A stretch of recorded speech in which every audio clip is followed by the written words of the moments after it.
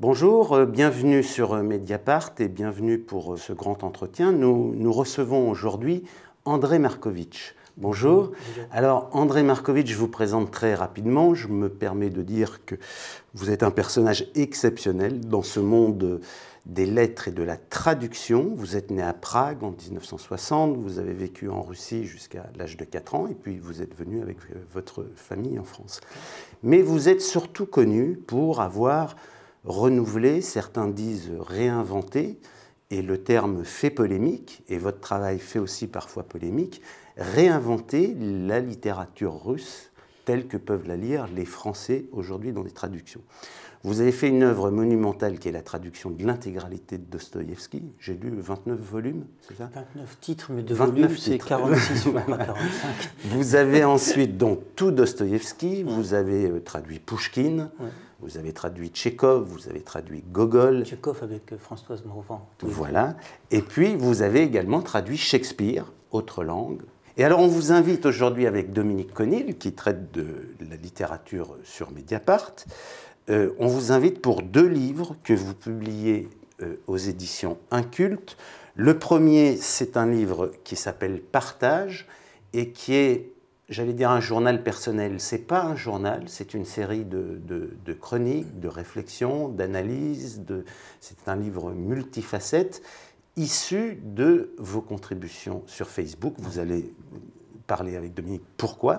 Et puis un deuxième livre qui est tout à fait surprenant, puisqu'on vous connaît justement surtout pour vos traductions de la littérature russe, qui s'appelle Ombre de Chine, et qui est un recueil de plusieurs centaines, plus de 400 poèmes chinois, 400 poèmes chinois du 8e siècle. 8e, 9e. Et vous allez nous expliquer comment vous publiez ce livre en ne parlant pas le chinois, ce qui va nous permettre d'aborder ce que sont j'allais dire non pas les coulisses, mais les profondeurs du métier de traducteur.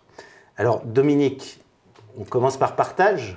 On commence par Partage, par Facebook même, oui. Parce que pourquoi est-ce que vous avez choisi d'écrire sur Facebook un jour de juin 2013, c'est-à-dire plutôt tardivement par rapport à un nombre de...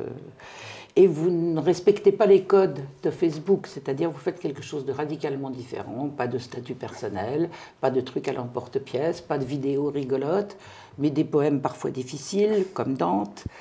Et pourquoi vous avez choisi ça, et pas un blog ou un site? En fait, tout le monde me demandait si j'avais un site. Ne serait-ce que pour prévenir quand je faisais une rencontre, une lecture ou quelque chose comme ça. Et puis moi, j'ai toujours beaucoup de mal, comment vous dire, devant une page blanche, devant quelque chose de figé, devant quelque chose d'arrêté. Et je ne me sentais pas à l'aise, vous voyez, pour le format blog ou site. Et puis je me suis inscrit sur Facebook, par hasard. Et là, tout à coup, je me suis senti libre. C'est-à-dire, Facebook, c'est l'intermédiaire entre l'écrit et l'oral. Et je vois les gens qui lisent. Et du coup, c'est comme si c'était une conversation écrite.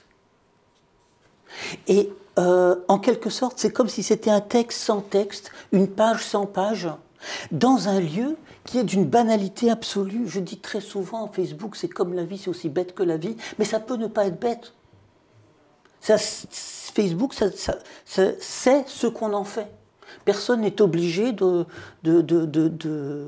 photographier sa pizza à tous les déjeuners. Et semblable. Et puis, tous les 2 jours, je me suis mis à écrire. Et depuis juin 2013, j'écris tous les 2 jours. Et à force, ça fait beaucoup. Et donc voilà. Et donc Facebook vous a permis de surmonter ce qu'on appelle banalement l'angoisse de la page blanche, ou de surmonter ce déclic de l'écriture, de la même manière que vous avez dit dans de très nombreux entretiens que traduire c'était écrire, mais on comprend bien que la traduction est un cahier des charges et un jeu de contraintes tout à fait différent.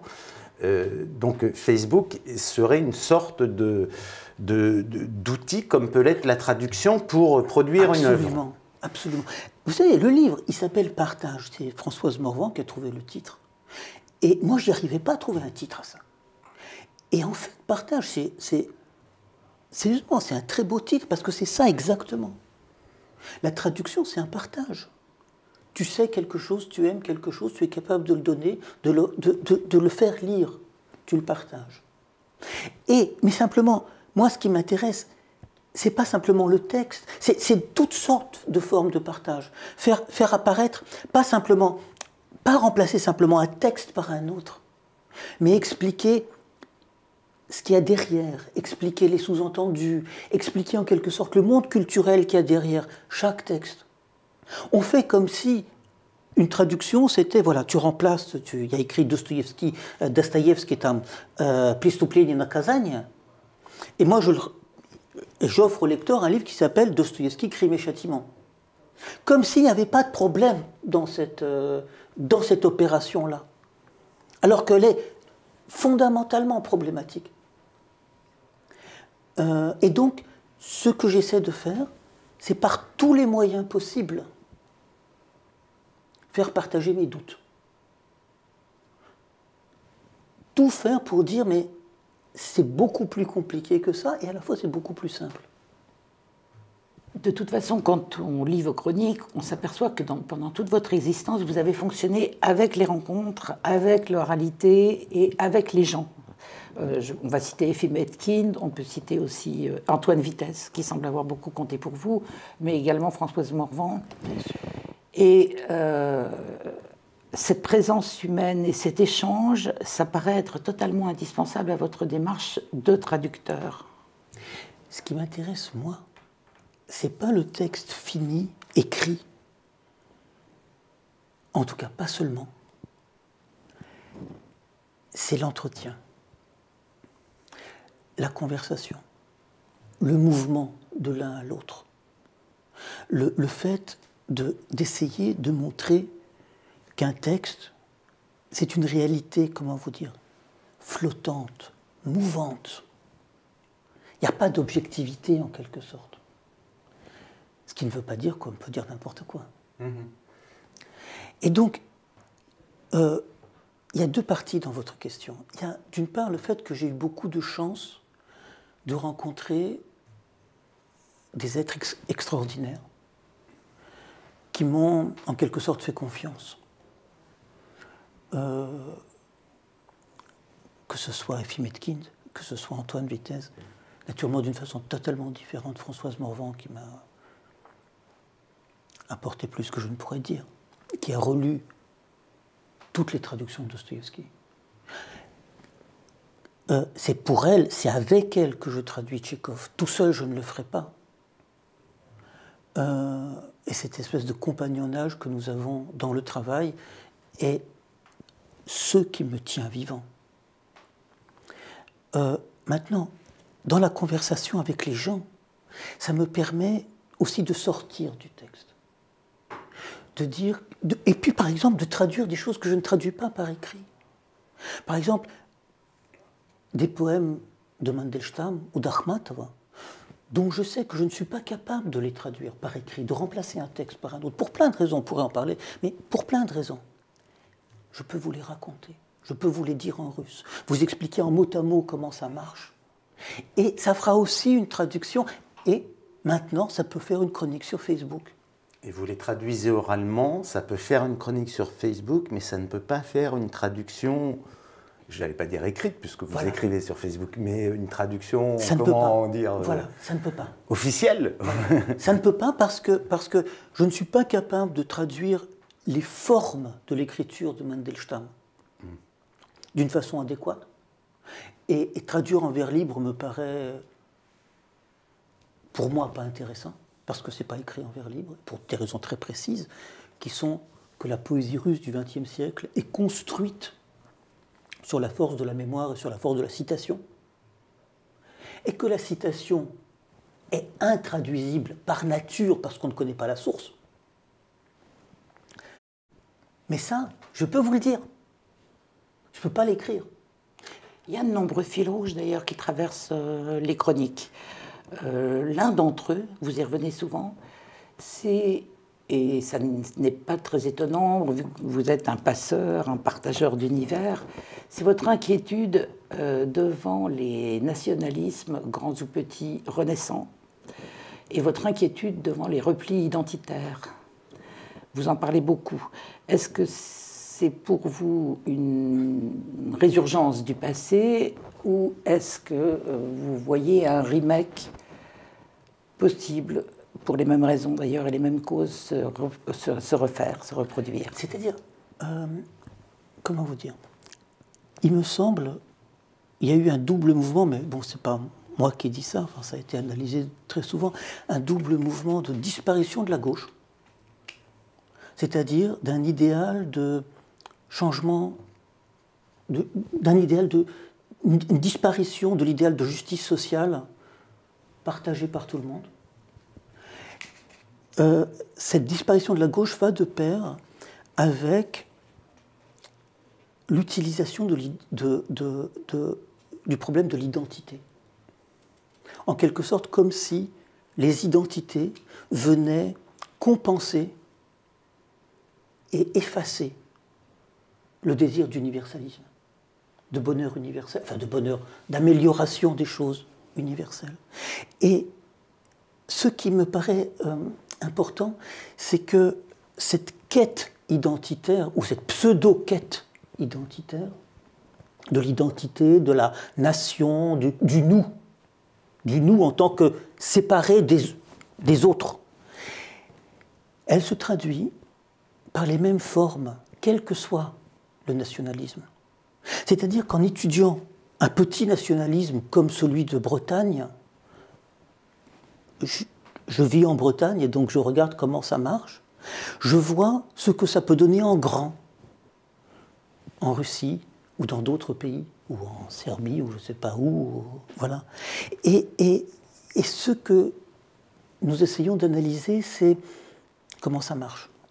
Alors quand vous dites le nous, il faut préciser, c'est Françoise Morvan qui a beaucoup écrit sur le nationalisme breton, sur les revendications régionales, voilà, sur la charte des langues régionales, etc. Voilà, c'est-à-dire Françoise a écrit un livre qui me semble vraiment important, enfin, qui s'appelle Le Monde comme si, qui est un livre d'ailleurs très bien, qui est publié chez Actes Sud, et dont nous avons appris, et je fais une chronique sur ça dans Partage, que pendant des années et des années, dans une librairie à Rennes, Virgin, pour ne pas la nommer, mais qui était une très bonne librairie après, enfin, maintenant elle a fermé, des gens venaient déchirer le livre, au point que les libraires ont fini par le montrer sous emballage plastique.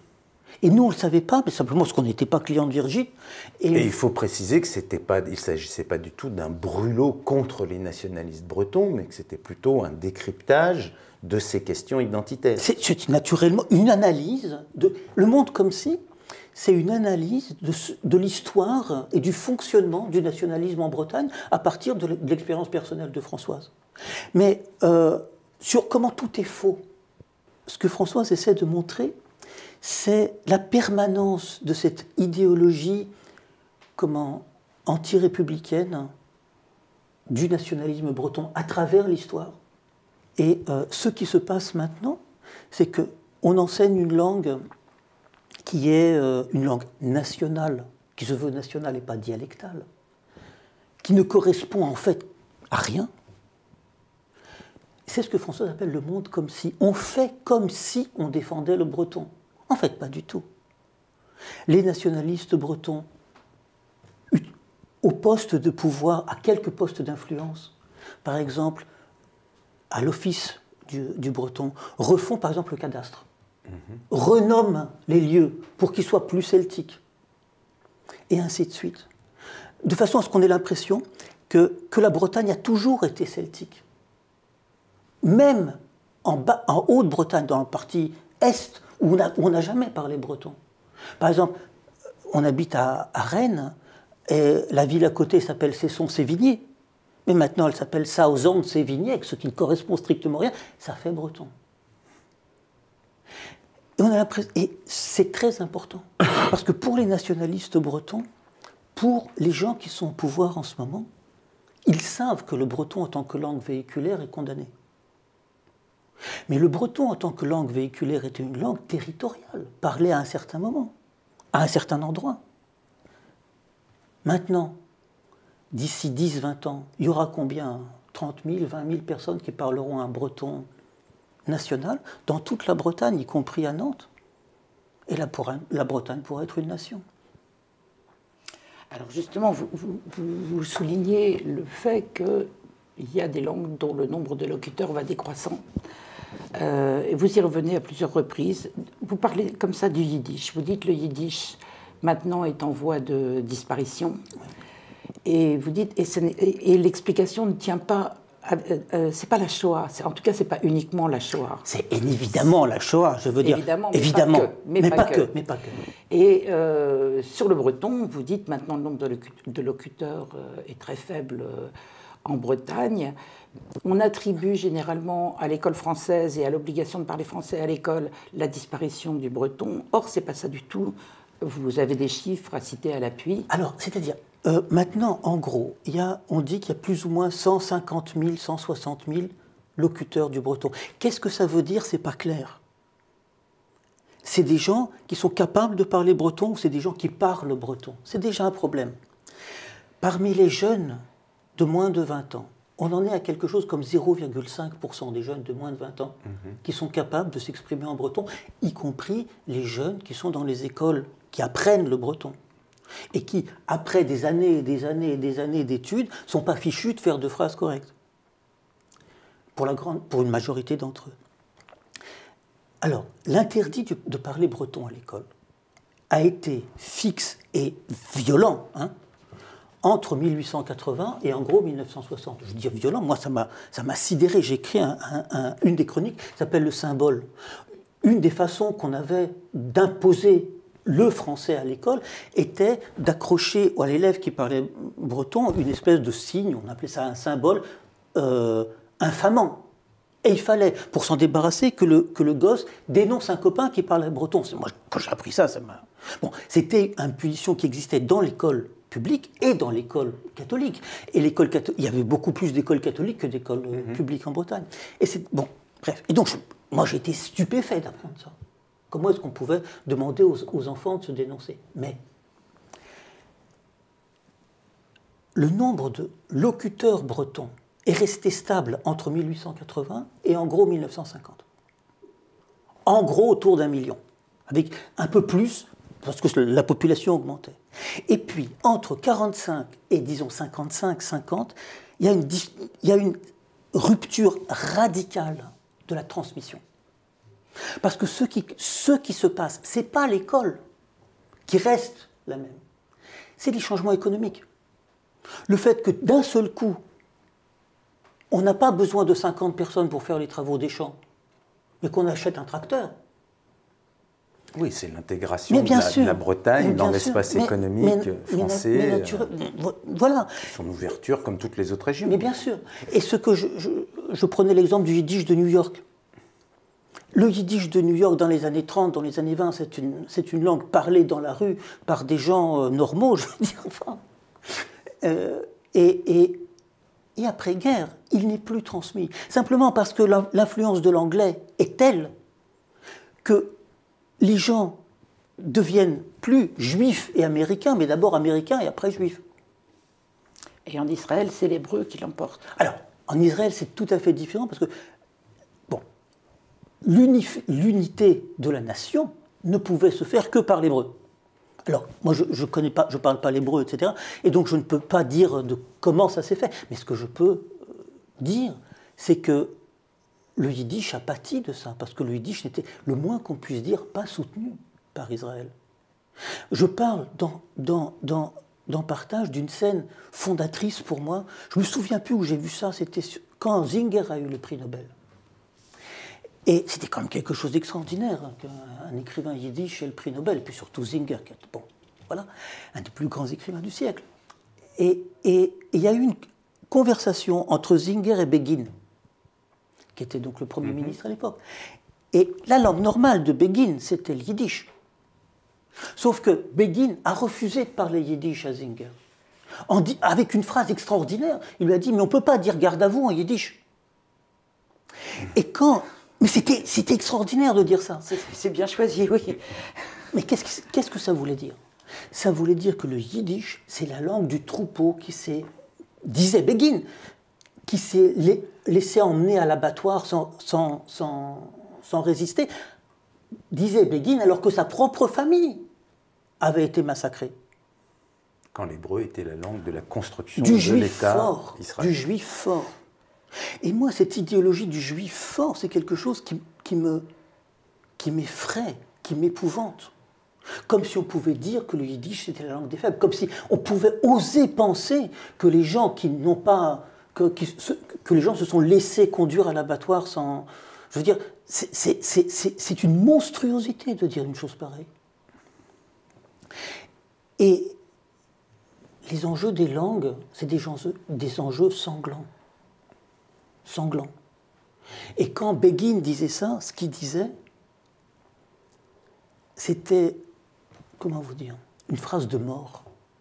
Maintenant, nous sommes forts. Maintenant, on a l'arme, on a la puissance.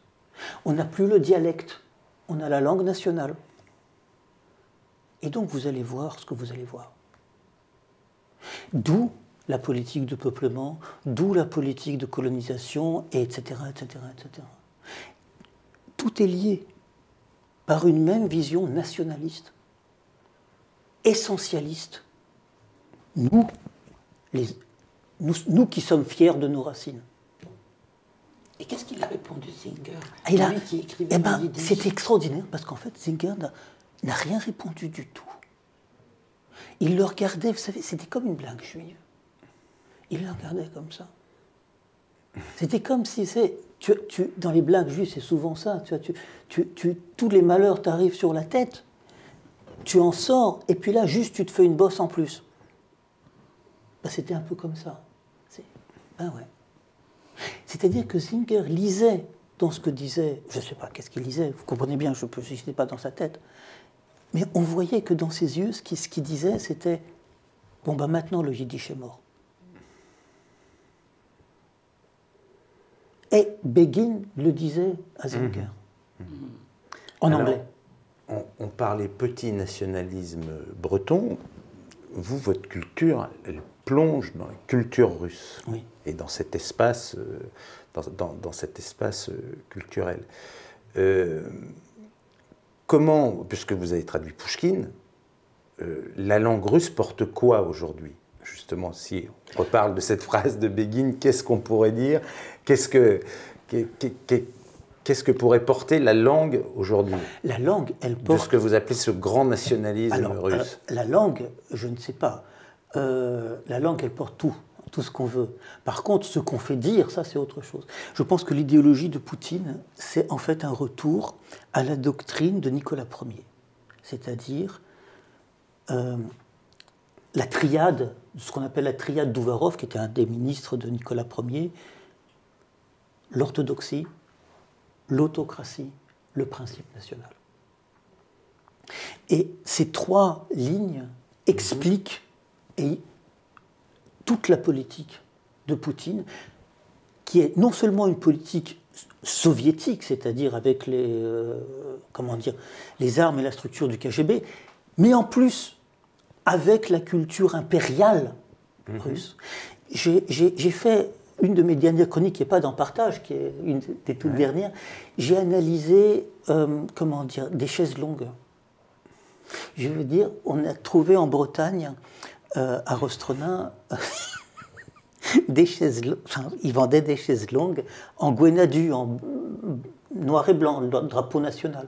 Si tu vends des chaises longues avec le drapeau national, mais il n'y avait pas que ça, il y avait par exemple les slips, il y avait le briquet, il y avait tout ce que vous voulez, il y avait, en drapeau national, c'est-à-dire que le drapeau envahit toute la vie. Et en quelque sorte, tu n'existes que par le drapeau. Tu ne peux pas exister en dehors du drapeau. Bon. Eh bien, en Russie, il y a aussi des chaises longues, pas avec le drapeau bleu, blanc, rouge, bleu, le drapeau tricolore russe, mais avec le ruban de Saint-Georges, qui est l'emblème impérial, de l'armée impériale. C'est ça. Oui. Mais cette chaise longue était, agrémentée par un drap de bain. Et le drap de bain était le drapeau. Et c'est la même chose, avec des conséquences naturellement autrement dramatiques en Russie que ce qu'on voit en Bretagne. Mais c'est le même discours. Nous sommes partout, nous sommes notre propre symbole. Du coup, la vie des gens peut disparaître. On peut ne pas parler de la vie quotidienne si on parle de notre essence nationale et du fait que nous sommes fiers d'être Russes. Et que la Russie est, machin truc, attaquée par l'Occident, et ce nouveau mot qui apparaît tout à coup, russophobie. Hein. On est russophobe quand on comment dire, critique la politique de Poutine, comme on est antisémite quand on critique Israël, ou quand François se fait traiter d'anti-bretonne. Ma question, c'était, est-ce que vous voyez surgir dans la langue russe des mots nouveaux, des références qui portent ce projet idéologique? On expliquait à un moment que le russe de l'époque soviétique était une langue à la fois très classique et très figée. Et on a vu dans les années 90 cette langue envahie de mots déclinés de langues européennes et surtout de l'anglais. Oui. Hein, en particulier, tous les termes économiques ont été russifiés un peu à la va comme je te pousse. Oui. Manager est devenu manager et décliné, etc. Oui. Est-ce que d'aventure, aujourd'hui, dans la littérature russe ou dans le parler, vous voyez surgir comme ça des éléments nouveaux ou des références, pour le coup, à l'idée impériale du XIXe siècle? Sur ça, je ne pourrais pas trop parler de ça. Je n'ai pas réellement étudié la littérature maintenant. Oui, oui. Et il y a une espèce de double mouvement, de retour à un vocabulaire socialiste, soviétique, et d'utilisation de termes impériaux. Les deux ensemble. Je ne pourrais pas là, comme ça, vous donner des exemples, ça ne serait pas d'ailleurs intéressant parce qu'il faudrait... Mais réellement, il y a deux courants en même temps dans la langue des politiques, sans parler du fait que j'ai l'impression que, je ne sais pas, moi j'entends une grande vulgarité dans les intonations, mais ça c'est peut-être le fait de l'âge aussi. C'est que je vieillis et que mon russe s'éloigne, enfin, vous comprenez.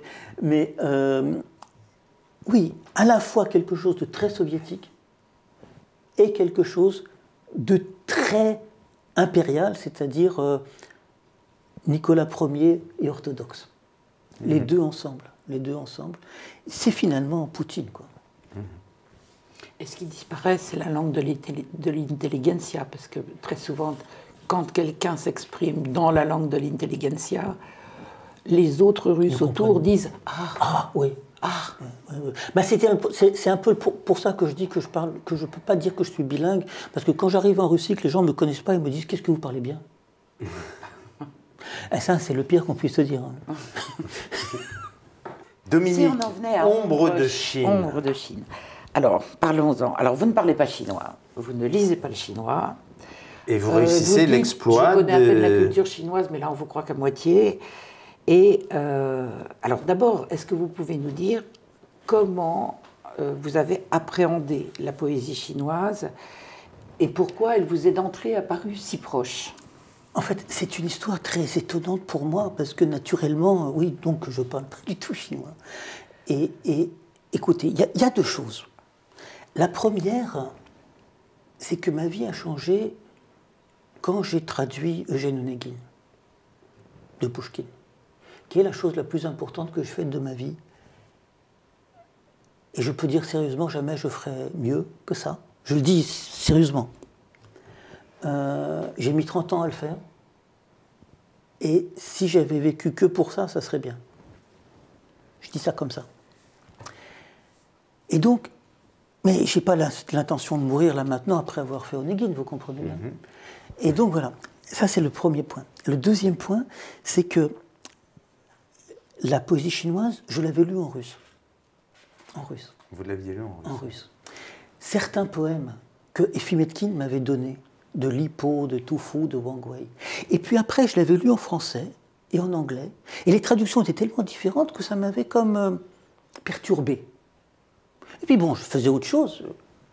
Et puis, j'ai un ami qui a fait une anthologie, Jan Bartorel, qui a fait une anthologie de la poésie chinoise Tang, c'est-à-dire 8e siècle, en breton. Et qui m'a montré des mots à mots. Lui, c'est un vrai spécialiste du chinois. Et il m'a montré... Expliquez ce que c'est que des mots à mots. Alors, les mots à mots, c'est le sens strict du mot. C'est pas une traduction, c'est juste le sens des mots. Sauf que, en chinois, le mot à mot, ça n'existe pas. Parce que dans la langue classique, je ne sais pas comment ils font en vrai, hein, je n'ai pas cherché à savoir, mais ils doivent pouvoir, mais dans la langue classique, il n'y a pas de mode, il n'y a pas de temps, il n'y a pas de pluriel. Et en plus, dans cette poésie-là, très souvent, il saute le pronom personnel. C'est-à-dire, je dis ça souvent, mais c'est sidérant et c'est pourtant comme ça, tu ne peux pas savoir, je veux dire, lexicalement, si tu dis « nous irons », où elle allait. Ce qui importe, c'est le mouvement. Mais après, on ne sait pas Je ne sais pas, voilà. qui... Mais pour nous, c'est impossible. Si tu ne sais pas qui parle et qu'est-ce qu'il dit et qui fait quoi, tu ne parles pas simplement chez nous. En plus, en chinois, ce n'est pas des mots, puisque c'est des idéogrammes. Je veux dire, vous comprenez? C'est-à-dire, c'est des histoires, c'est des étymologies par le dessin. En plus... Avec des sens variés. Avec des sens variés. Ça, c'est en plus quelque chose d'impossible. Or, toute ma vie avait été construite sur l'idée que je donnais un équivalent. C'est-à-dire, je traduis Eugène Onegin, le temps de dire une strophe de Eugène Onegin en russe, c'est le même que de le dire en français. Quand, avec Françoise Morvan, on traduit Tchekhov, en gros, on essaie de faire que chaque phrase de Tchekhov dite en russe dure, enfin en français, dure le même temps qu'elle dure en russe. Bon. Parce que les systèmes culturels, plus ou moins, sont... Ouais. Mais en chinois, il n'y a pas moyen. Il n'y a aucune équivalence possible. Aucune. Ça, c'est un aspect des choses.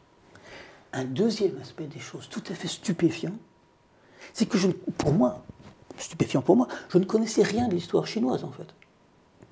Et je ne savais pas qu'en 755, il y a eu une guerre civile qui a éclaté. Et qu'un pays de 60 millions d'habitants, dont la capitale, Chang'an, faisait 2 millions d'habitants. Imaginez à l'époque 2 millions d'habitants. 1 million intramuros et 1 million dans les faubourgs. 2 millions d'habitants.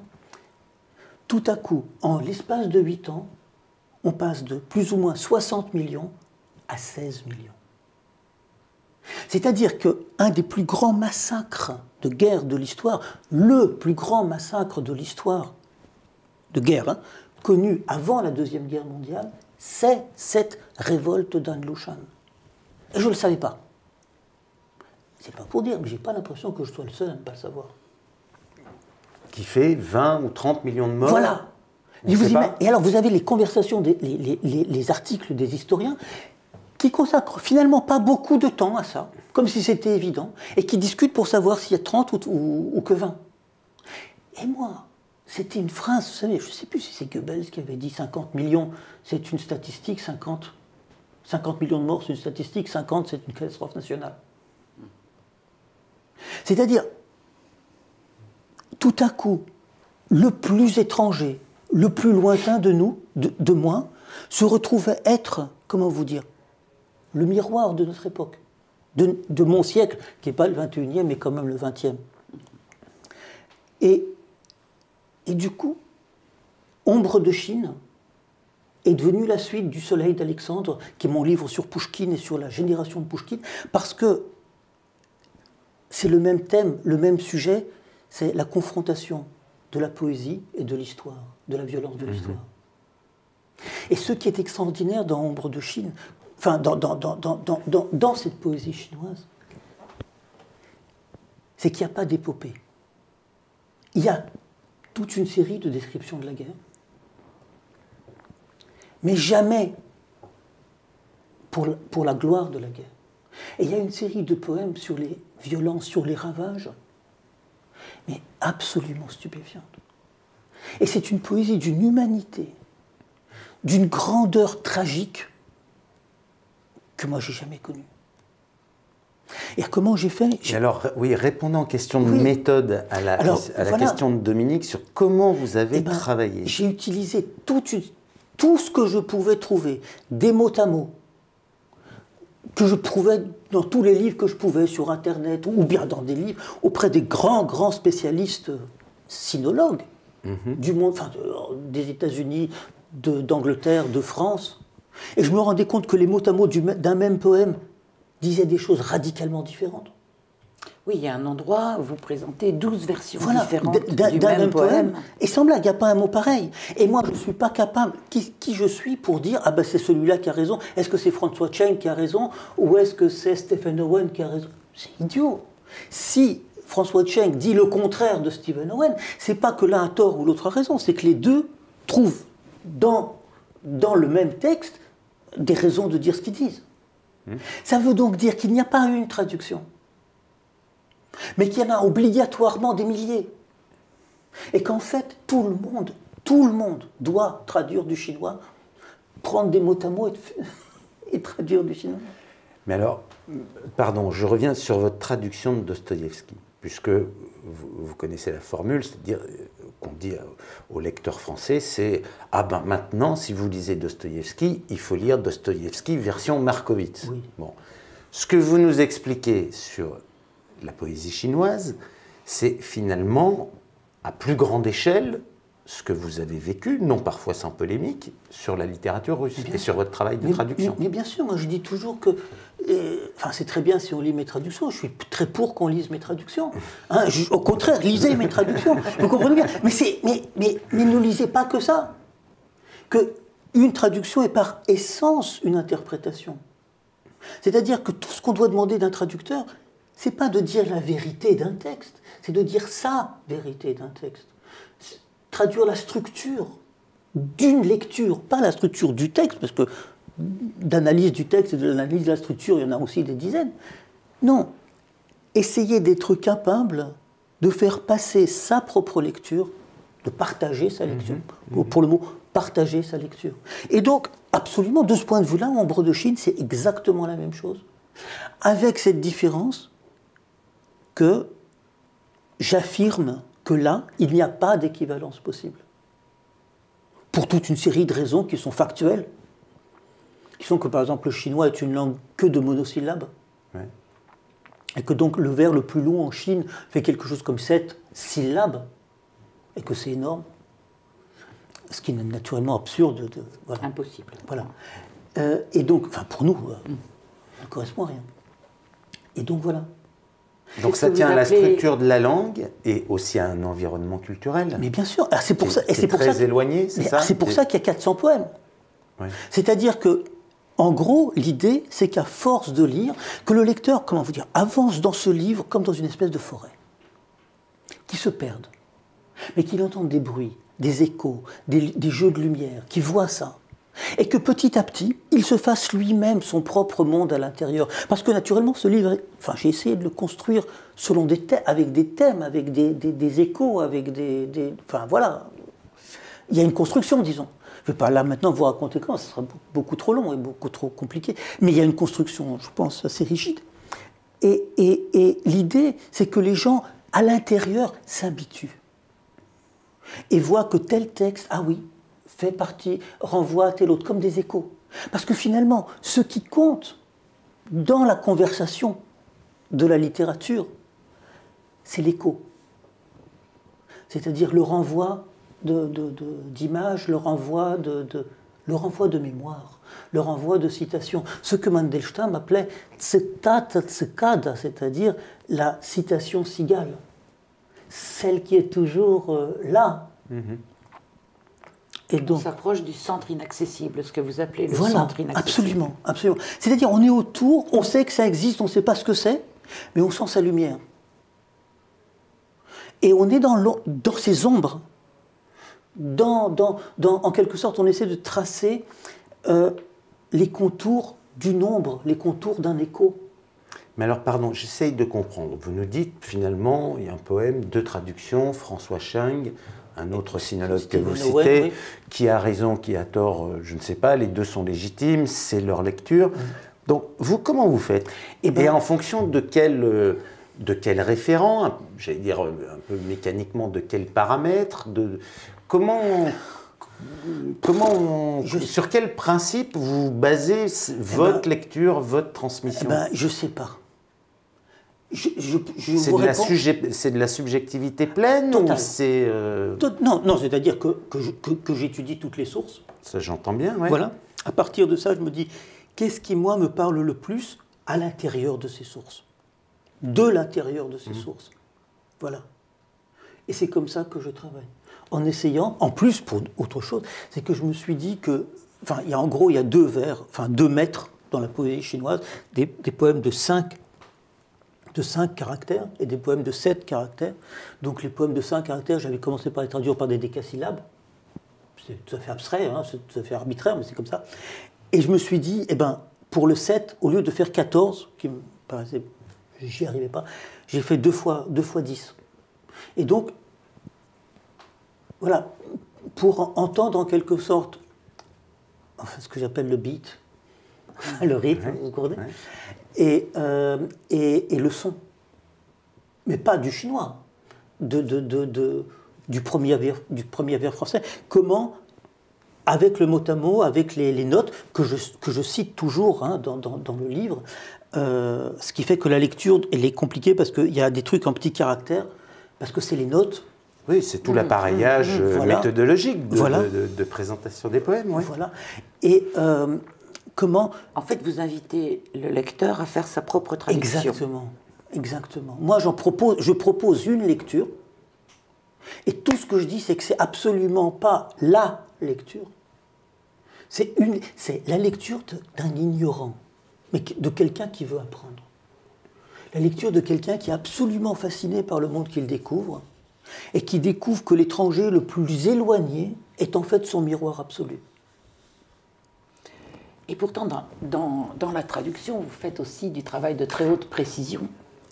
Je pense par exemple à une anecdote que vous racontez, c'est celle du foin oublié sous la pluie, du foin mouillé, donc, lorsque vous avez commencé à traduire Tchekhov, et que à ce moment-là, vous avez fait la connaissance de Françoise Morvan, et qu'elle a complètement éclairé un passage de traduction juste avec une connaissance extrêmement pointue de la campagne. Oui, l'anecdote est la suivante, c'est une nouvelle de Tchekhov qui s'appelle « Le malheur des autres », et un jeune couple veut acheter un domaine, et arrive dans le domaine et sent l'odeur du foin sous la pluie. Et moi, ça ne m'avait pas plus frappé que ça. Et Françoise, quand elle a lu ce texte, m'a dit « Mais vous n'avez rien compris à la nouvelle. Parce que si on laisse le foin sous la pluie, ça veut dire que l'hiver prochain, les bêtes, elles vont mourir de faim. » Je n'avais pas vu ça. Je n'avais pas compris que traduire, ce n'était pas connaître une langue. C'était connaître la vie des gens, ou du sujet dont on parle. C'est la raison, une des raisons, qui fait qu'on travaille, Françoise Morvan et moi, sur ces traductions de Tchekhov. Parce que même si elle ne lit pas le russe, maintenant elle commence, mais même si elle ne lit pas le russe, ce qu'elle apporte, c'est une précision à toutes ces choses-là, en plus d'une connaissance absolue du français, qui fait que voilà. Mais la traduction, c'est une chose précise. Est-ce que vous accepteriez de lire un des poèmes d'Ombre de Chine? Plutôt que de les décrire, je pense que si on vous écoute, ce sera beaucoup mieux. Juste, c'est un poème d'un poète qui a finalement jamais été traduit. Meng Chao, qui est mort en 814. Je vais juste lire le début. 2 strophes d'un poème qui s'appelle « La mort soudaine des abricotiers ».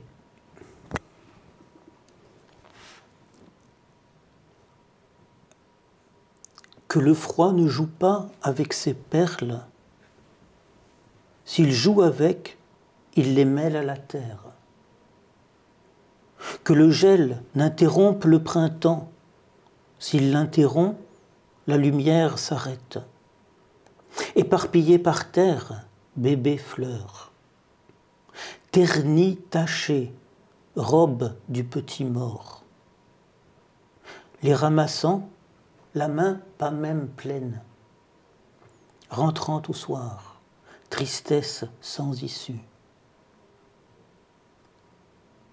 Recueille en vain les étoiles par terre, pas une fleur ne reste sur les branches. Rongé de pleurs, vieil homme seul au monde. Maison privée d'enfants, elle est sinistre. Canard heureux qui plonge dans la mare. Corbeaux heureux qui délaissent le nid. Eux, leurs petits refont surface, volent. Eux, en spirale, montent, redescendent. Mais disparu l'arôme du bébé. À voir ces créatures, les sanglots. Merci. Merci. Merci à vous. André Markovits, merci. C'est donc à lire. Dans Ombre de Chine. Dominique, merci. André Markovits, merci. Et à bientôt sur Mediapart.